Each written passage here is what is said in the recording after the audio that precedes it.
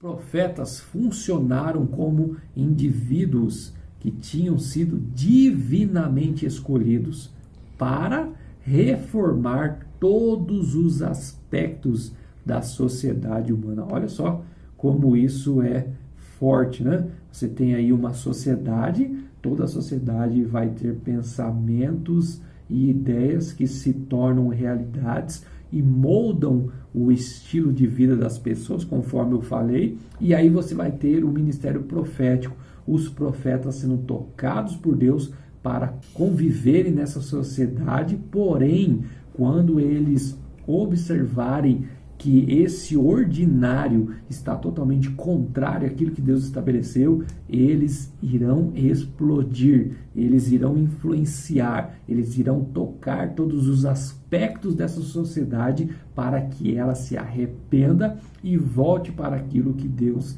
estabeleceu.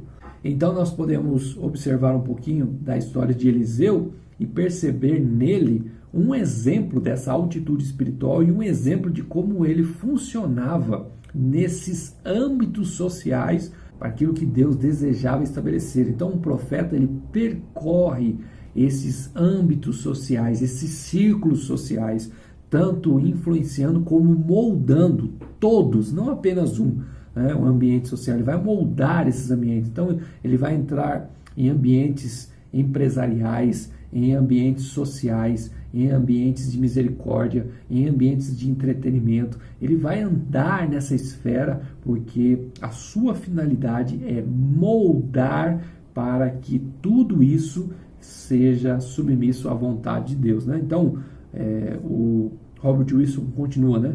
Os profetas são agentes incansáveis de uma mudança social e cultural, embora suas contribuições principais tenham sido de ordem moral, ética e teológica. Então, eles são incansáveis, a sua natureza é incansável porque foi tocada por Deus. Vamos observar o profeta Eliseu e ver como ele percorria esses âmbitos sociais. Nós iremos ver exemplos que vai te dar mais clareza daquilo que eu estou falando.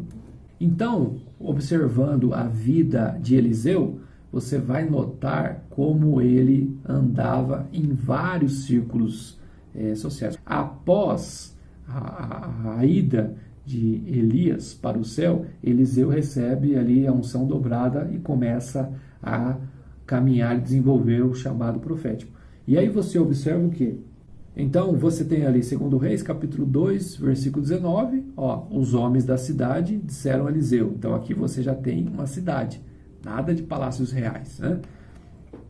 Eis que é bem situada essa cidade, como vê o meu senhor, porém as águas são más. E aí as águas ali são estéreis, e Eliseu faz o milagre, né? Daquelas águas se tornarem saudáveis. Eu não quero focar na questão dos milagres, mas eu quero focar na questão de como ele circulava em vários âmbitos sociais totalmente diferentes. Então aqui ele está percorrendo uma cidade.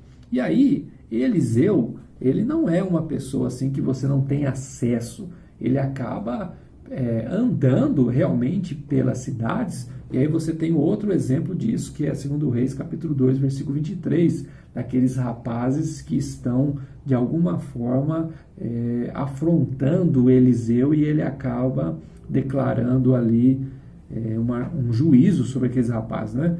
2 Reis, capítulo 2, versículo 23. Então subiu dali a Betel, e indo ele pelo caminho, uns rapazinhos saíram da cidade e zombavam dele e diziam: sobe calvo, sobe calvo. Virando-se ele para trás, viu e os amaldiçoou em nome do Senhor. Então 2 ursas saíram do bosque e despedaçaram 42 deles, né? Então você vê que ele estava percorrendo ali cidade, né? Ou seja, ele era acessível, as pessoas podiam chegar perto de Eliseu, um profeta, né?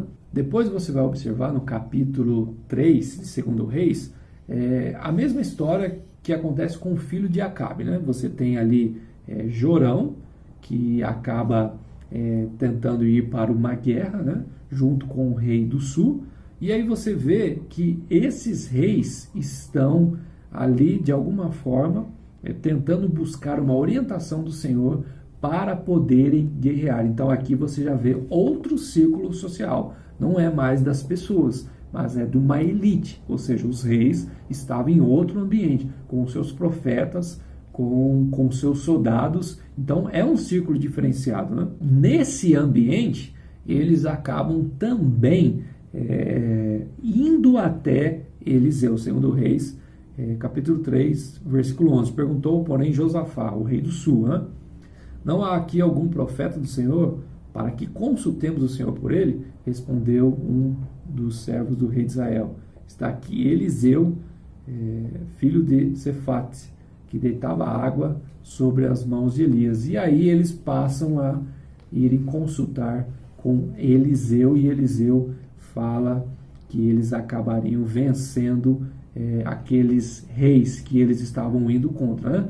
Eu não vou especificar tudo aqui sobre os milagres, tal, porque não é esse o objetivo. O objetivo é você entender que Eliseu, como profeta, influenciava tanto ambientes sociais mais pobres, como círculos mais poderosos, que no caso aqui são os reis de Israel, né?